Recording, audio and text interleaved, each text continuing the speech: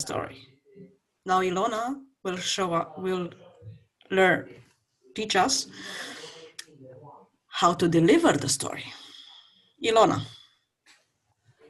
Yes, thank you. Thank you, Milena.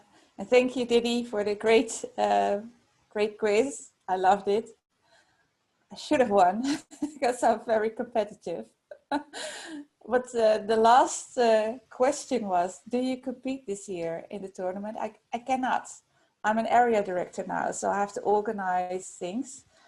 But I remember I'm 2 years a Toastmaster now. And the first year I could not compete because I was not eligible. Because you have to have a number of speeches. So that is something that you have to think about. If you want to enter the contest, you have to be eligible. You have to be from an outstanding club, so in good standards. So it's not very obvious that everyone can participate. So what did I do the first year? I became a ballot counter. So I was the ballot counter at the division contest. And I heard Helmi speak, I heard Hendrik speak, I heard Radovan speak. And it was such a great thing to come to see the ballots coming in and see how the people judged the speeches. So if you are not eligible this year, you can't do anything, then I will share you my secret. I was a ballot counter once. And I saw every speech that day. Every speech came by, and every time I know what the judges is they put one first, or someone didn't get any points. And what was amazing is that the ones who delivered the best were the best speakers that day. So delivery is important, but if you look at how it's judged, then only 30%. The points go 30% to the delivery. So your vocal variety, the way you show up, your body language is just 30% of the ballots, that they had to fill in. But still, I think that the one who are very, set on their delivery are the ones that are going to win. Of course, the rest has to also be very good. So it's really, really important. So I'm going to look around who is still around. We have 27 people left, so that's good. So good to see everyone. And if you want to have your camera off, that's okay. That doesn't matter to me. I will sometimes. I'm a woman, but it's hard for me to do things at the same time. So reading the chat and answering your questions is a challenge for me, but I will try the best that I can. So I will start my PowerPoint. I'm not very good at this, but it may help to structure some things because there's a lot to tell about it, about the technicality of the delivery, and especially in a contest. And a lot of things are already said by Didi and by Helmi, but I still want to look. Let me see if I can. Let me see. This is very technical. I have to share my screen. Milena, I can share my screen? Yes. And then I will go to the first step. Yes, today we are going to do the Champion Speaker Masterclass. It was called workshop, but I think that we are masters in this. And the topics that I want to be handled are the contest rules, your technical support, and the delivery. In the division, it is announced that our contest next year will be on camera again. And I think that it's not decided yet. In the beginning of next year will be decided if the district will go online again or will be on stage. So it's very important to know now what to do with the camera, because a lot of people think, well, you can't do a good speech in front of the camera. And I think that the winner of this year, my car, just showed us there is no restriction to it. You just have to be creative. But what are the contest rules? So the contest rules, and this is a very big disclaimer, of course, not to say, yes, but I saw this woman and she was on Zoom and I don't remember her name, but she said, no, please, you know, I will just do it global, just global things about the contest rules. When does your speech start? So normally on a stage, you walk on the stage, first you are announced, and that is a very funny way, because first your name, then your title, then your title, then your name. And then you walk on the stage, you shake hands, and then, you know, you will start. And then you have a moment to take a deep breath. But your speech will start with the first word or your first non-verbal communication. So a lot of people start with a hook. I will tell you what a hook is, which a prop is, or, you know, something they put on, or the rose that was shown in a previous video. So when you do this, your speech is going to start. But can you linger? You know, can you linger that you just say, well, I'm just going to take 30 seconds to breathe in and breathe out and then start my speech? No. There is a certain point that your speech will start. And I think that somewhere between 0 and 10 to maybe 15 seconds, then you have to start your speech. The length of your speech. So this is a very tricky thing, because in your club, a lot of people, you know, go over time, and the timer is just, you know, waving, is looking like this. People are starting getting angry, but you can talk on for 10 minutes, you know, the hell with them. Please let me do my thing. But in a speech contest, the rules are very ruthless. The speech length is between 5 and 7 minutes. It's okay to have 4 minutes and 30 seconds, and it's okay to have 7 minutes and 30 seconds.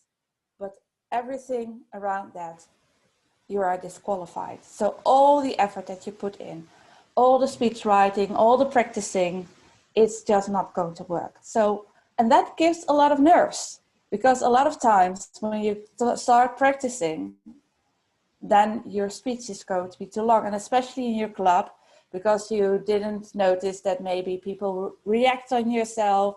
So that is something that you have to keep in mind. The time is ruthless. So I try always to be, when I practice, to be around the 6 minutes 30 max. If you can do it, then, and it's okay. So that is very good. Is there a dress code? Yes and no. There is no written rule what you have to wear, but in a lot of clubs it's business. So a suit, some clubs have where they wear suits, or what's appropriate in their country, what is official. For women it can be a dress, but, you know, be careful with that. Your dress code can be something that you are, you know, that is something that is reliable to your speech. For example, Aaron Beverly had some traditional Indian clothing when he started his speech. You saw that in the workshop of Didi. And that was because his whole speech was about an Indian wedding. So he took on a traditional clothing. But most of the time, when you take on a suit, then you're safe. But pay attention to that. The acknowledgement of the contest chair. A lot of times, you hear somewhere in the speech someone say, contest chair, fellow Toastmasters. And it was a tradition, it used to be, that in every club you acknowledge the Toastmaster. You said, Toastmaster, you know, fellow Toastmasters, and then you started your speech. And that was the cue for the Toastmaster or the contest chair to back away and to sit down. Nowadays, it's not that formal anymore. So, but it is something that you can do in your speech to somewhere acknowledge the contest chair. If it's at the beginning, or maybe in the middle, or at the end, you can choose, but it shows you that you are credible. you know, that you have mastered this and that you understand that you are in a Toastmaster area. So what are the judging criteria? So it is set in 3 sections. It's about the content, it's about the delivery, and it's about language. And I think the first thing, of course, is the most important. That is why we had 2 hours of structure from Didi and talking about speech writing and the storytelling from Helmi, and that we don't have that much attention to the delivery because it's almost 30% of the criteria. But you have to think about what these criteria are, how it's divided, and what you should pay attention to. The last thing is the language, and that should be correct. I practiced my own speech with in Zoom meetings. I have my own Zoom account. It's something that I would recommend, but I will repeat this. And I had my own Zoom account, and I would practice this, you know, twice a week. And then I would invite my uncle from England to watch my language. And it was very funny because at one time I used the word scooch. And he said, scooch, I don't know the word scooch. It's scoop, scoop, you scoop. And then I thought, oh, you know, but this is for my Canadian grammarian. She said that I could use scooch. So it's also very good to know in which, you know, area you're going to compete and what words are. Try to use also universal words that no one thinks, well, she used scooch, I never heard of that word, and that they would judge you on your correctness of your language. But this is all just, you know, the contest rules. So the technical support, because we are going to compete in a Zoom setting and probably in the district too, but of course we don't know that, but you have to have a camera of high definition. That's now in the contest rules. So if you're going to compete, then, you know, take care of your camera and it has high definition. Most telephones have high definition. So if you don't want to spend that much money, you can also do it on your phone. Your sound has to be good. Your lighting has to be good. Right now, I'm just using daylight, so that's a good thing. So everything is lighted. Your whole stage has to be lighted. So there is no playing with your lights. So you can't put it off. You have to have light all the time. And what's new this year is that you can record your speech and send it in. But it has to be monitored by a chief. So maybe in your club, at your own club competition, you can make a recording of your speech and send it in to the division, or from the division to the district. So that's all very new. Look into it. The rules are then that you can't edit. So you have only one camera. You have to have lighting all the time, and there has to be someone to see you there.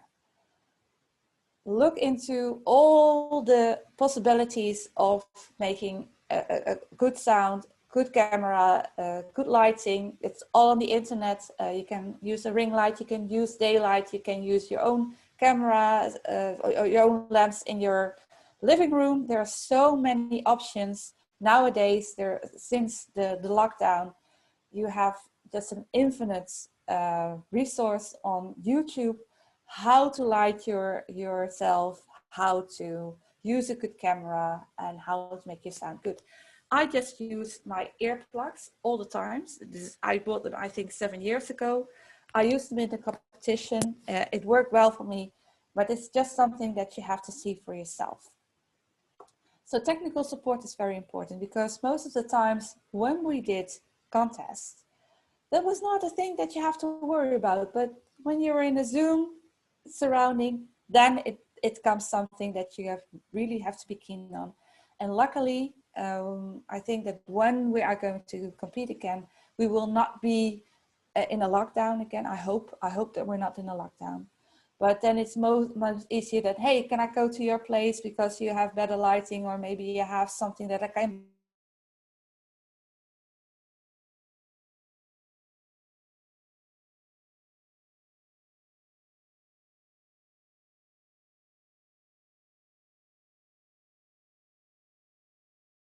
just, I have to go back. Let me see if I can go back. I think that when it comes to delivery, you have tips and tricks and you have delivery growth. And why do I just keep them apart is that thing other people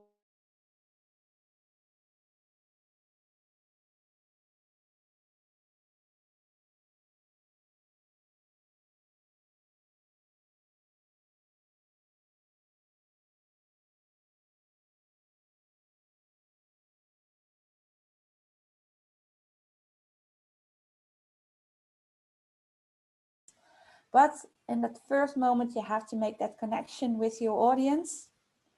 And that's called a hook. It's also called, that you have in that 10 seconds, you have to fly off right into the sky. Is it very important? Well, maybe you can, yes and no. When it's, sometimes when you look at something, you say, hey, that's a hook. For example, and nowadays there is a lot of Facebook Lives, and one of the hooks is just the disruption of the normal, which means that a lot of people just going to wave like this, hey, I'm here. So if you look at your Facebook, then a lot of movies will just people who are just waving to you to say, hey, here I am, and just, that's also a hook. But a hook can also be something like putting a hat on, or in the 2016 contest, there was this man who was talking about bullying, and the first thing he did was put some underwear over his suit. That's also a hook. So think about what your hook could be and also what feels right to you. Body language, very important. Your body language should be open. So when you're standing on a stage or in front of the camera, when you're closing, when you're, anxious, then maybe you will do this, or you do this, or, you want to cover your vital organs. Just try to stay open and relaxed. That's one of the things that is very important, because people will notice it's not that you're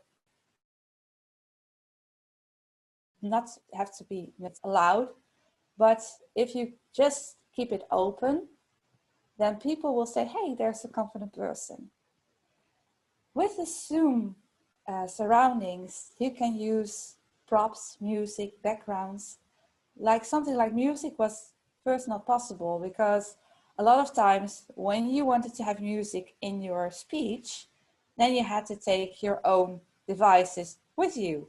It was not forbidden, but it's a lot of fuss to get everything on stage to just make some people listen. And now with Zoom, you can, share not only your screen, but also you share your sound. So there's something that you want to do or not to do. Same with props. You can now, show your pen. But when you was in the audience, then, or when you're on stage, then a pen or something like a coin could be very small. And also you can change your backgrounds. And I've seen speeches with people who do that.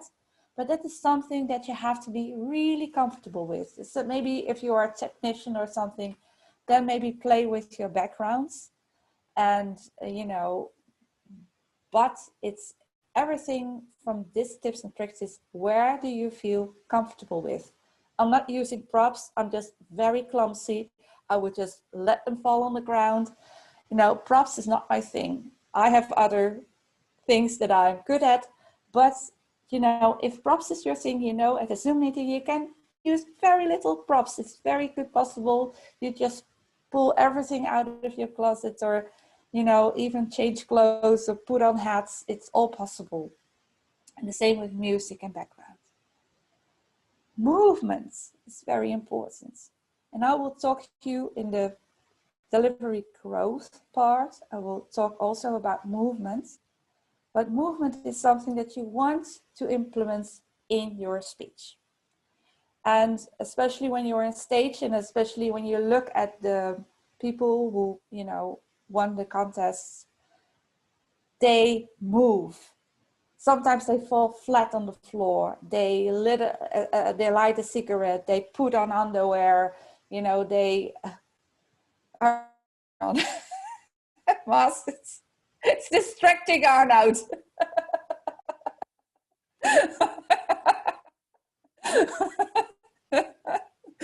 Do you want some attention? Do you have a question? No, to be sure. You want to help? It was very funny. I'm sorry. It was very funny. So movement is very important. And on stage, you have this big stage to fill. You walk from one side, you walk to the other side. You know, you can run, you can jump, you can do everything. And especially, you know, when I was in the area contest and I was still on stage and I had my speech was about a climbing exercise. I was climbing somewhere in a tree and had to jump. So, you know, that's something that you can do on stage. But when you're going to move to your camera frame, then suddenly it feels very restricted. You think, can I move in my camera frame? Yes, you can. So even so, big movements on stage can be small movements in the camera frame. So what I did is that I had to climb. So I went to the corner and I just climbed in and I looked down. And then I was faking that I was climbing and jumping. So this was something that you can do with movements, and your camera frame is restricted, but you can almost do anything within a camera frame. But make it small, make it relatable, make it playful, creative, and on stage, make it bigger. So everything from, so the thing is, the next one is vocal variety. On stage, you have to speak loud because you want to reach the other end of the room. But when I'm in Zoom, then the only one I talk to is you. And I want to connect with you. I want not to connect with that big audience, but I want to reach the person behind the other screen. And then I'm just almost in a one-on-one talk. So I can talk a little bit softer. I can whisper. I can tell you secrets when I just do this and I go close by. So there is a difference between movements, vocal variety in a Zoom meeting and vocal variety on stage. So this is something that you have, you know, look what is appropriate for your speech. With the vocal variety, because someone said, there was a question in the earlier workshop, is that how can you make a story not, you know, boring, that it just rambles on? And well, you know, you can, when someone is running through the forest and it's going very quickly and it's jumping over trees, then it can be quickly. And then he slows down because he's out of breath. And then he stands still. So this is something that you can also, you know, look at. Vocal variety is not always in telling a story is with your voice. You can also reach the pace of the story, something that you want to tell that can be very quickly, and sometimes you want to slow down with your voice. So that is how you make a story interesting. And then there is a silence. I see a lot of people chatting. I'm just going to look if I can look at it. Well, right now, just the chat. So the next thing is the silence. And that was very interesting. Didi and I did a workshop with my car, I think a week ago. And the things that he said was, I am never uncomfortable with silences. And he stopped for a very long time. And in the beginning, he was looking at us and I said, oh my gosh, you know, this is very uncomfortable. You never should drop that big a silence. But I had a point for him. He said, get comfortable with silences. On stage, you can have a very big silence. It's not a problem. Because sometimes people are laughing and you want to react. You want to have that reaction coming from them. You know, you want, when you are asked a question, that you even want to hear them, you know, think. But when you're in a Zoom meeting, then it's very difficult with your silences. How long should a silence, you know, when does it become uncomfortable? So what I do is, what I did is that a silence in my speech was only 3 seconds. So I would count them. So if I ask a question and I said to myself, 1, 2, 3, and then I would go on. And there was a tip that I even had from Aaron Beverly, that he said, you know, silences in virtual meetings can be very uncomfortable. But when I listened to my car and he said, you know, you should practice with your silences, then it came to me that I thought, oh, maybe, you know, maybe is this something that you can practice, you know, in your Zoom meetings right now, that if you have a speech, that you can try a silence of 6 seconds or 10 seconds. What will it do with you and what will it do with the audience? So that is something that you can think about. And my last tip is get a Zoom account. If you really want to compete in the contest, take a Zoom account. It's free. You only have to pay for the length of your meetings. So you always get the same usabilities as a normal Zoom account. Only your meetings can be maximum of 40 minutes. So that's enough to practice a contest, a speech, and have some comments on it and say goodbye, well, I'll see you tomorrow, see you next week, or how many times you want to practice. So that's a very good thing to know. Get your own Zoom account, plan meetings, try to use the usabilities of a Zoom account, try your camera angles, your sound and everything. That's, I think, the biggest tip that I can give to you, get a Zoom account. So I will go to the next one, is delivery growth. So there are, you know, the things that you have, tips and tricks, what to wear, what to say, what your structure is. And this is something that you can grow in delivery.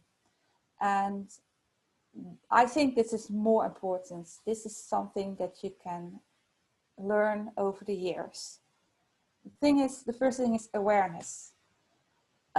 I just talked about body language, and I said, you know, when you're nervous, then you tend to, you know, protect your vital organs.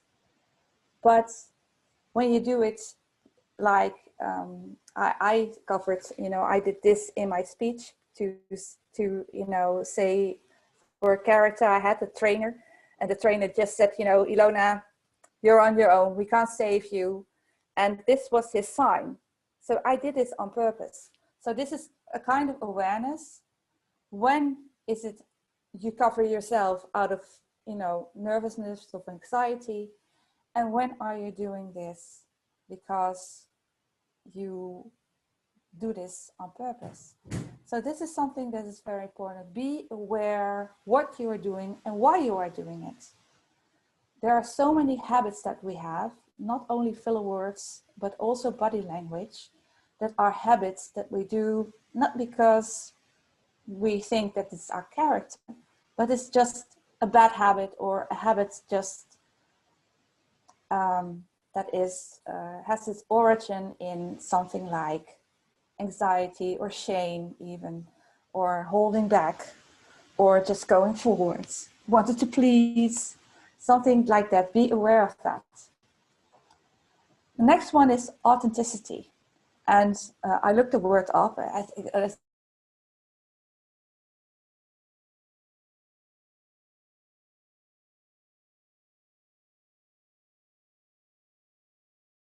think an origin that is real. And that is what we do. Authentic is not a copy. Authentic is not fake. Authentic is not a mask. So how do you do that? How do you get that authenticity in your speech as a speaker? and you can work on this. And one of the things that I teach other people is stop projecting. So a lot of times, and sometimes I do that too, I'm very human with that. And I think, oh, I won the contest, so I can, I'm a good speaker.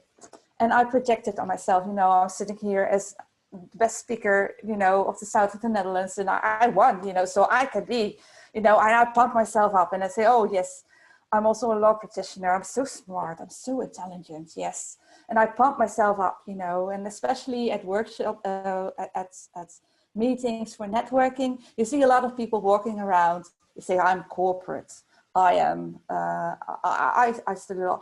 I do something in accounting. You can pick them sometimes. You pick them out because they're projecting it. I can also project that I'm very nice. Yes, I'm nice. I'm just a nice person, like me, please. So this is something that takes away your authenticity. So just you're authentic when you lie all those things in the closet, that you're just a person who is standing there and is going to speak. That makes you authentic. And then the audacity. I think that we all have, I just know, I think maybe one or two people who can speak, can just walk on the stage and they shake it out, they're just standing there and they speak and they don't have any nerves. They just do it like sitting on a toilet and great to listen to. But most of us are just struggling with everything, I'm still, I'm a very introvert person, and I had a lot of trouble getting visible when I was a child. So for me, it was, well, how do I get visible? How do I not feel, shy or anything when I'm standing on stage? And then you have to have that audacity, the boldness, just do it. There's nothing, the only thing that holds you back sometimes is yourself. So be bold and, walk on even if something is holding you back. But also is with the delivery growth is to talk from your heart in your center. A lot of people tend to stay in that head bubble. And then, what is the head bubble? The head bubble is like, I'm sitting here right now in my kitchen. I think that I'm ready at 5 o'clock. Then I have to cook, I have to walk the dog and go back. And this is talking from my headspace. Headspace is always worrying. But to talk from your heart and to talk in your center, it's in your belly. It's I think 3 points beyond your navel. If you talk from your heart and your center, then the story just changes. Then I think, okay, I have a very nice day today with this Zoom meeting. I was nervous for it, but hey, I'm sitting here, I'm connecting with people, and later on I'm going to have a great meal and maybe have a great walk with my dog. The story changed when you talk from your heart and from your center instead of from your headspace. So that is something to think about. How to deal with nerves. And I will come later because I see a lot of people starting it. After this, I will talk about the questions maybe that are in the chat. How to deal with nerves. And it was very funny because, well, we did this workshop, we got together. I knew Helmi a little bit, but I saw him, of course, in that contest. There was a ballot counter, but he was this big man who would walk on stage, and also was one was with the first 3 people, with the contest. He was, in my eyes, he was a winner. And I know Didi, just from Facebook, and I thought, oh, I was so impressed. And then we were coming together and I was still feeling like, I don't belong here. This is something that I don't know. I'm just, I'm just a newbie. Yes, I won this here, but maybe it was just luck. There was just so many things that were going through my head. And then we had to tape our videos because the district director had asked us to tape videos. And the thing was that I would go through this, oh my gosh, then I have to take on a dress and I have to pick up my makeup and then I have to stand in front of the video. And I had like a dozen tapes before I was satisfied with what I saw. So every time still, I'm very nervous at what I do. So even for this workshop, even when I go to a speech, the speech contest was, I think, the most nervous thing that I ever did. I was in a lockdown, I was standing in my kitchen and I had this cue and now you're on. And I was standing there in the kitchen. How do you deal with your nerves? And how can you connect even then? Because you can't tell them, of course, that you're nervous. And that is, there are a lot of methods, and I think that I will put the mic open just right now. I first tell you what I do. So what I mostly do is breathing. Just breathe, and I just breathe in seconds. So 4 seconds in, 4 seconds stop, 4 seconds out, 4 seconds stop, 4 seconds in. So it's just in like a, you know, a square. It feels like a square. So in, stop, out, stop, in, stop, out, stop. So this is something that's maybe we can practice together. So you go in 4 seconds, 1, 2, 3, 4. Hold your breath, 1, 2, 3, 4. Exhale, 1, 2, 3, 4. Stop, 1, 2, 3, 4. In, 1, 2, 3, 4. Stop, 1, 2, 3, 4. Out, 1, 2, 3, 4. And this is something that will not only will get rid of your anxiety, but also rise your vibration. So this is something you can do right before. What I also did is running. The day that I had the contest in the morning, I took a run. I went a lot in nature to connect, you know, with another environment than the studio that I was in. I wasn't watching any other contestants. I agree with Didi, you can, best you can go first and you're just done with it. And I believe that I was fourth. So I didn't listen to that because I know that I would freeze, that I would, you know, set my body in a freeze stage. And I also have the tendency when I'm nervous that I freeze. So I don't want that. I want to stay in movement. So stay in movement, breathe exercises, think of positive things, think positive. That is my way of dealing with nerves, but I'm so curious what you do when you are nervous. So anyone has a tip? Yes, I read in a Toaster magazine the advice of Aaron Beverly. I have to have my contact reading from a Toaster magazine where you can speak to him directly. But what he said is identify what makes you nervous. If you think you will lose your text, practice a lot. If you think you don't look good, just choose good clothes and look in the mirror. So he advises to identify what really makes you nervous specifically. Good. More people?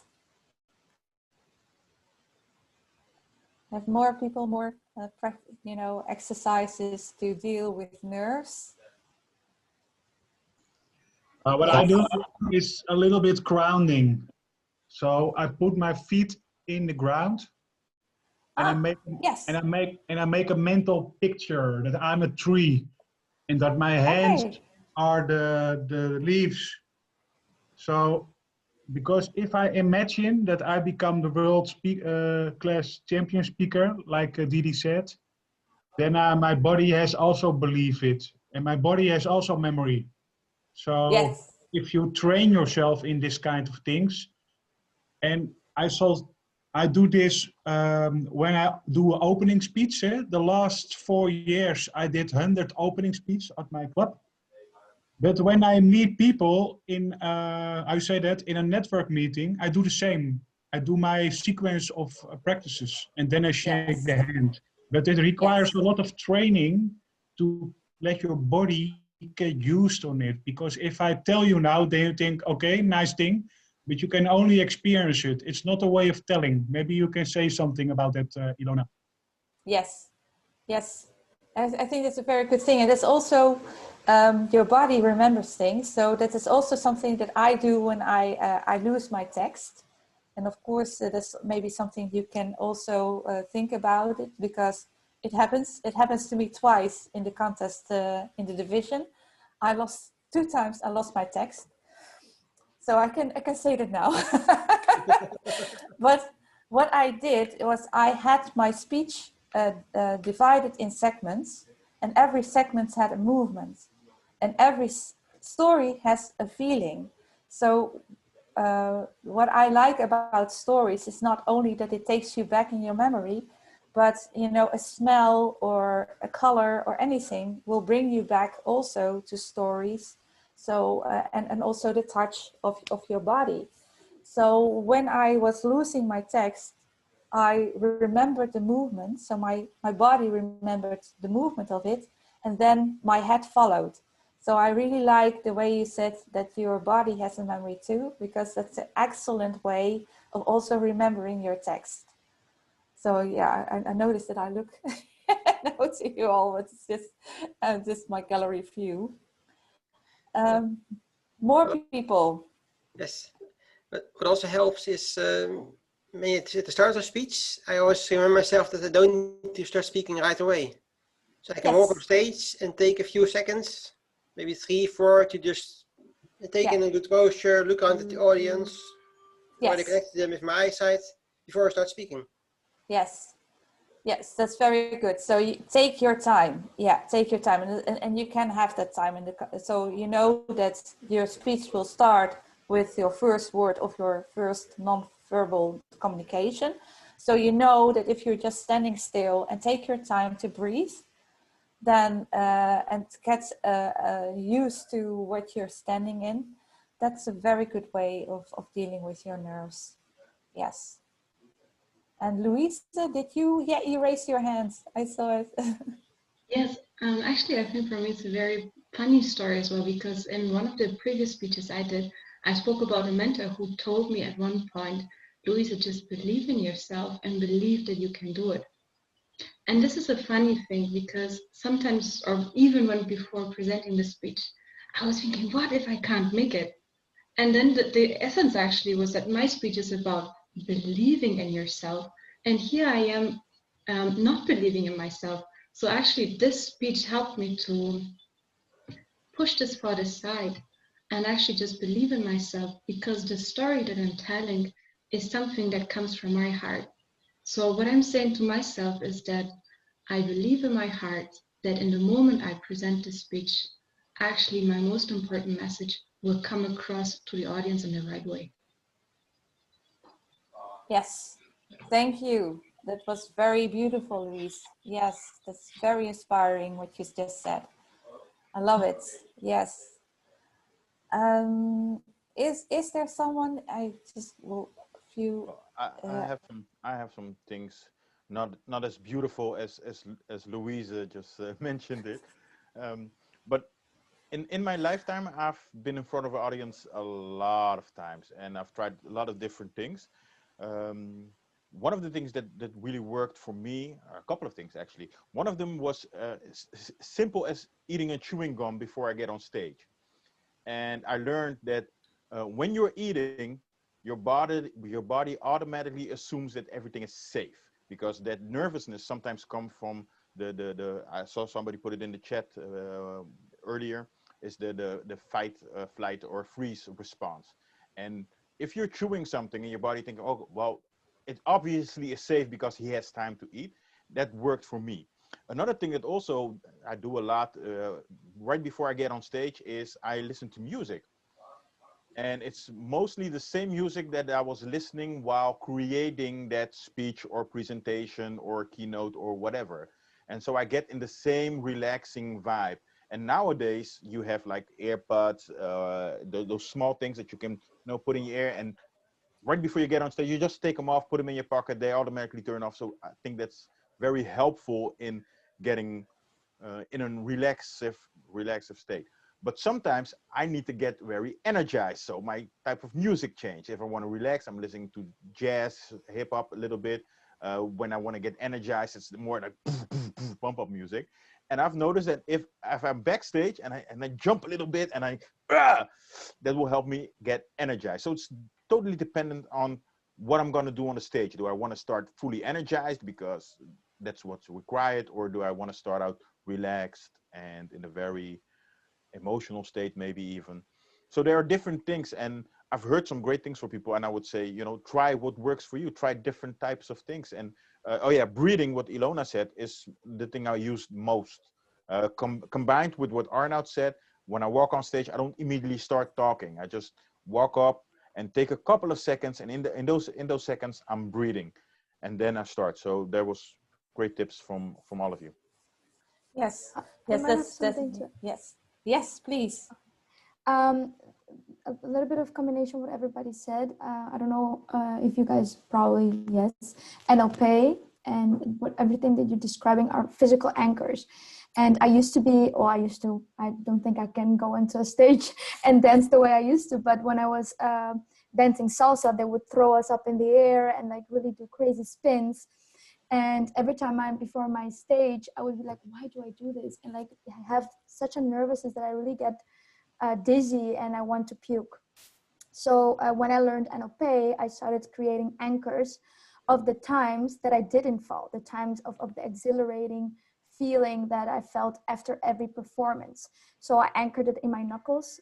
Those are really nice places where you can anchor. So if all of you have had think of the most amazing speech you've ever delivered and anchor that in your five senses. How did you feel? How did you like really go into your body? And then you can just anchor it by touching it, touching that spot. So that brings you into that mode that way. But you can do it with many different things and many different feelings. So definitely NLP is something that might help in these. It helped me not puke every time before I go to this stage. So it might help you as well. Yes, thank you, Danielle. NLP has a lot of things that can help you, and the anchoring thing is one thing. And also, I hear people talking about the circle of excellence. That you put everything in a circle, and at every time, you can. When you have a difficult moment, you can, go back to moments that you have some kind of victory, of a good feeling. So NLP can be very helpful with this. Thank you so much for sharing.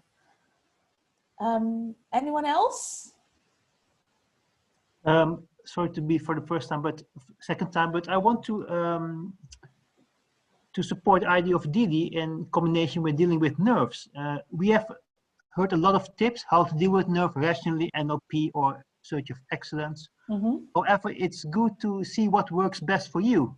Yes. And if you follow these advice and take a lot of roles, a counter, timer, etc., you always get up on the stage and you can see what works for you.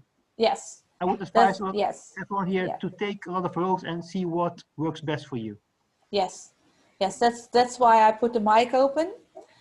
Because I believe that this is very personal for everyone, and that's when it comes to this, because it still is that 70. I believe that it's something like 75% of the people in the world is afraid of public speaking.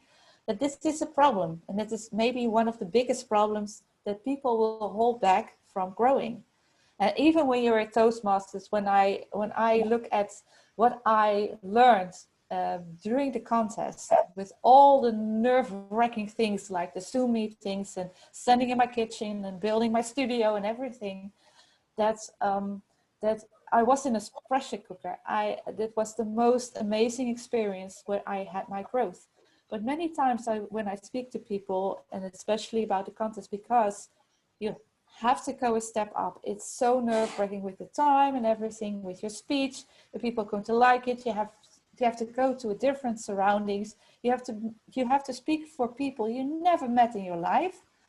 This maybe some people say, hey, this is not for me.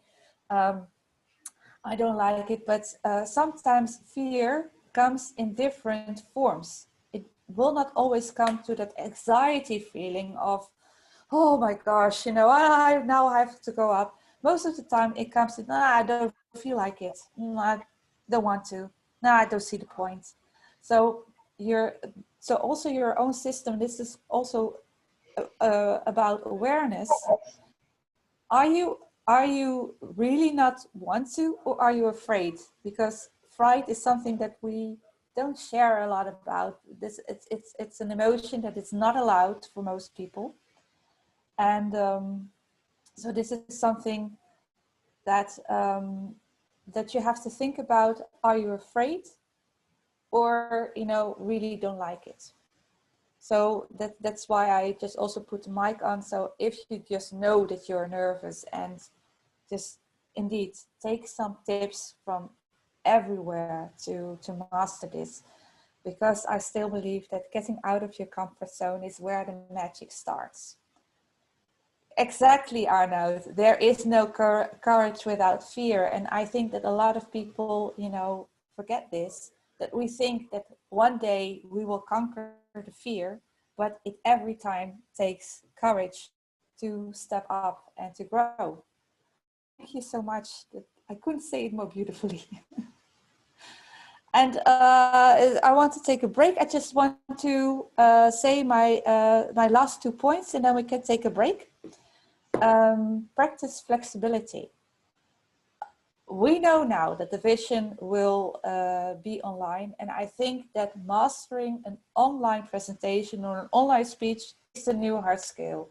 It's not going to get away. This is not the end of, when we're all vaccinated and then we share our hugs in the street and we party, then everything is going back on stage again. I think that a lot of companies will say, is it really necessary to go all the way to the United States for this one meeting? And maybe even Toastmasters will, say, well, we just do online speeches. You don't know. Maybe everything will be all right somewhere in May, June again, and we can speak on stage. So practice flexibility. Try always to think to pivot. Don't say things like, well, Zoom meeting speeches is not my thing, I'll wait for next year. Or, no, well, I just feel very comfortable doing online speeches, but going on stage is just, just not for me. Always think as a speaker, how can I be flexible with this? Sometimes you get 5 minutes to speak, sometimes you get an hour. You both have to deal with both things. You have to pivot. And especially that if you practice your flexibility in any ways, or that let's come back to the awareness, how do you deal with unexpected things? That is something that you can learn also in your delivery, that you can, really is something that really not brings in your delivery, but also brings you growth in life. And also focus on your masteries. There are a lot of things that we want to grow, that we want to make bigger. You say, oh yes, well, I'm not so good at, I'm not so good at props. I'm honest, but I'm always very clumsy. I'm getting focused on the props, but it would good for me to if I want to grow, then I have to do something like that. But on the other hand, what makes you confident are the things that you are sure about, that you have, that you already mastered. Don't forget them. Also focus on that. Also ask when you're practicing your speech, what was really good? So you don't have to think about it. Self-confidence or confidence comes with knowing with what you want, what you already mastered. So I know that I come across as quiet, restrained or anything. So I know that even if I'm just, all my emotions is flying about, I know that this is one of my masteries. So know what you're good at, know what your qualities are. That is what brings you confidence. And that is also with one of the last points, I forgot to do that, be comfortable with your shadows. What is a shadow? A shadow is something that is always coming in when you least expect it. It's some character flaws that sometimes you do and you don't pay attention to it. What a shadow is that maybe you get very nervous if things are changing and you are not dealing right with the situation. That can be a shadow, and you can work on those shadows. Things like I don't want to take too much space. I don't feel comfortable with that, and then I'm holding myself back. That is a shadow. But you can also have a shadow who's taking a lot of space, who's always there and who's always talking and always wants to be in front of everything. So be aware of that.